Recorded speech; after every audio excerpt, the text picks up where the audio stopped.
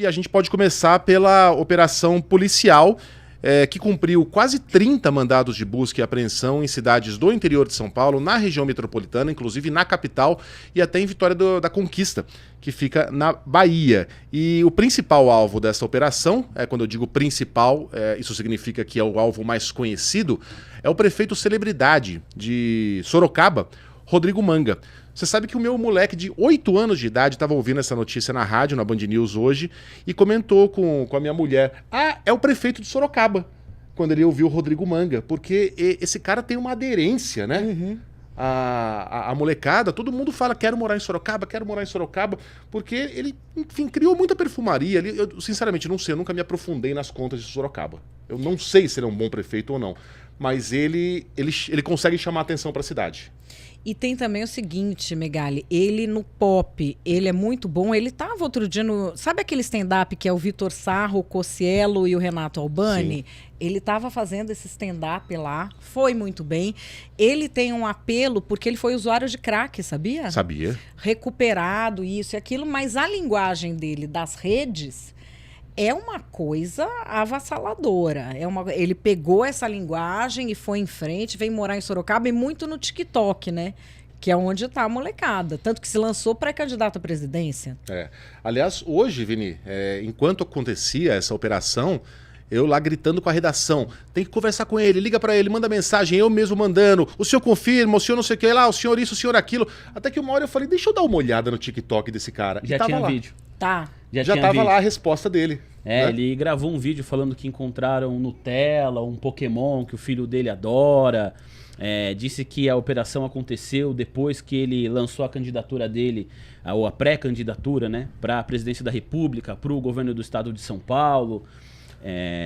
Eu acompanhei uma entrevista. Acho que é difícil a gente não ver o prefeito de Sorocaba nas redes sociais. Eu utilizo mais o Instagram do que o TikTok, e no Instagram ele também é muito forte. Uhum. Tem milhões de seguidores no Instagram. Então é difícil a gente não cruzar com algum vídeo do prefeito. Quando ele foi dar uma entrevista recente aqui pro Grupo Flow, pro Igor 3K, eu falei: eu vou assistir pelo menos um trecho dessa entrevista para ver um conteúdo mais longo. E eu assisti a entrevista inteira, que durou um pouco menos de 2 horas. Porque isso não é algo necessariamente positivo ou negativo, é só uma constatação minha. Ele fala muito bem, no sentido de contar uma boa história. Se a história que ele está contando é verdadeira, não é, real, não é, aí a gente pode entrar nesse mérito na sequência. Mas no discurso, na fala, ele consegue te prender. Porque a minha ideia não era assistir a entrevista inteira, era assistir o início da entrevista para ver como um prefeito, né, que se tornou uma celebridade em vídeos curtos, se posta quando ele tem a oportunidade de colocar os seus racionais, de colocar as suas ideias de maneira mais prolongada. E eu acho que ele foi muito bem nesse sentido. Agora a gente precisa ver se o que ele fala realmente condiz com a realidade. Eu tenho algumas pessoas, alguns conhecidos que moram em Sorocaba e 70%, de cada 10, 7 gosta e 3 não gosta. Uhum. A maioria gosta, diz que o que ele fala realmente acontece, pelo menos grande parte, mas eu tenho também algumas amigas, alguns amigos que discordam muito da gestão que ele faz da cidade. Mas essa é só a minha bolha, né? De cada 10 que eu conheço, em Sorocaba, 7 gosta e 3 não. É difícil, né, mas dá pra gente saber o quanto tem de verdade ali, o quanto é perfumaria, né? Ele, quando dá entrevista, ele não fala só de patinete, de carregador de celular, ele fala de contas públicas, etc. Então você sai dali com a sensação de que Sorocaba é a terra do futuro. Vai ter parque agora da Cacau Show junto com o Itu, etc, etc. Quem não gosta, coloca lá os vídeos mostrando que tem um parque que está abandonado, o cara fica falando em Cacau Show, olha aqui o parque da cidade, tem foco de dengue, e as contas da saúde, bibibibobó. Então é difícil pra gente, à distância, saber. O que aconteceu foi o seguinte, contextualizando aqui. A Polícia Federal encontrou... É uma operação contra desvio de dinheiro da saúde, tá? De Sorocaba. Sorocaba e outras cidades. E a imagem mais emblemática dessa operação foram maços e mais maços de dinheiro que foram encontrados e até de manhã a gente não sabia onde. Tinha essa grana aí, tinha uma quantidade parecida de notas de R$100 em um cofre, tinha nota de 5, tinha nota de 2, tinha nota de tudo quanto era tipo. E a gente não sabia exatamente onde estava essa grana. Estava na casa do prefeito? O que a gente sabia era que a polícia estava na casa do prefeito cumprindo mandado de busca e apreensão. Bom, o que a gente sabe agora é que a polícia encontrou hoje de manhã R$864 mil em espécie em um endereço ligado ao bispo Josivaldo Souza e à esposa dele, a pastora Simone Souza, na investigação sobre suspeita de fraude e corrupção na área de saúde de Sorocaba. É um lugar ligado ao prefeito Rodrigo Manga, porque a pastora Simone é cunhada do prefeito, tá? Esse valor foi encontrado em um dos 10 endereços desses dois religiosos. A PF fez buscas na igreja e na residência do casal e encontrou a quantia de dinheiro numa caixa dentro de um carro que estava em um dos endereços. Notas de 2, de 5, de 10, de 20, de 50 e de 100. Era mais fácil eu ter falado todos os tipos de notas, menos a do Lobo-Guará. Além da caixa, a PF também encontrou dinheiro nos cofres da residência. As notas foram enviadas para a Caixa Econômica Federal, que vai contabilizar a grana. A investigação chegou aos religiosos após identificar movimentações suspeitas a partir da quebra de sigilo bancário e fiscal dos investigados. E aí a Justiça mandou bloquear o dinheiro dos investigados, os valores foram apreendidos e a investigação mira um contrato emergencial e sem licitação assinado em 2021 pela Prefeitura com uma organização social para gerir uma UPA do município. Então, até o momento em que o prefeito se defendeu, a gente não sabia onde é que essa grana estava. E até agora a gente não sabe o que havia também. Havia uma quantidade impressionante de armas, né? Fuzis, era um arsenal tipo PCC.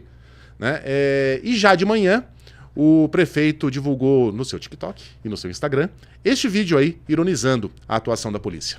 Eu lançar minha pré-candidatura a presidente da República, pontuar em 3º lugar nas pesquisas internas, em 2º lugar para o governo do estado, mandaram a Polícia Federal aqui em casa por causa da denúncia, e acharam algumas coisas aqui em casa. Bolo de cenoura, Nutella e o Pokémon que o meu filho tanto ama. Sabe o que eu vou fazer? Eu vou mudar a minha pré-candidatura agora. Eu vou intensificar mais ainda. Eu não tenho medo de você, presidente Lula, e de nenhuma outra autoridade que está incomodada com a nossa ascensão. Nós vamos mudar esse país, nós vamos mudar a qualidade de vida da população. Vem morar em Sorocaba, vamos juntos fazer dessa cidade a melhor cidade do Brasil para se viver e do Brasil, o melhor país do mundo para se viver.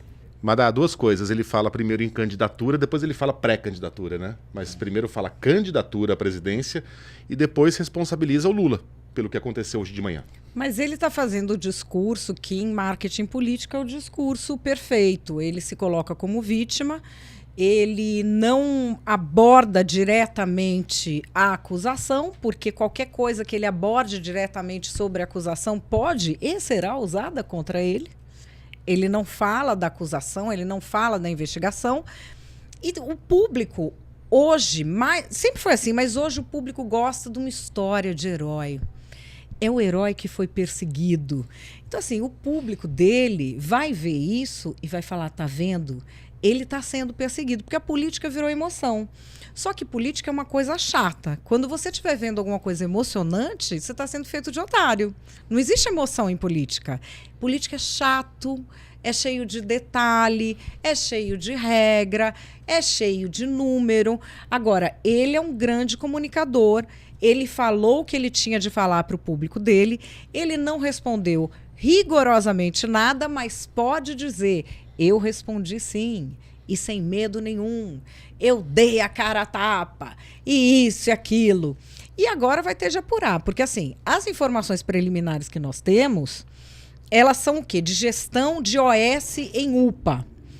A coisa que mais dá problema, isso em todos os estados e em São Paulo especificamente, é a lei que propõe a gestão de equipamentos de saúde por OS, que são organizações sociais. Organização social ela é um tipo de CNPJ, vamos dizer assim. Você tem empresa, você tem ONG, você tem associação, você tem... OS é um específico. E tem uma lei específica para que eles façam a gestão de saúde. Sempre dá problema. É um problema crônico. Agora, o pessoal de igreja ter dinheiro em espécie em casa, eu não estranho. Isso eu não estranho. Não é novidade. Não é novidade. E, assim, é natural que as pessoas paguem dízimo em espécie numa igreja grande. Mas o dinheiro deveria ser para a igreja.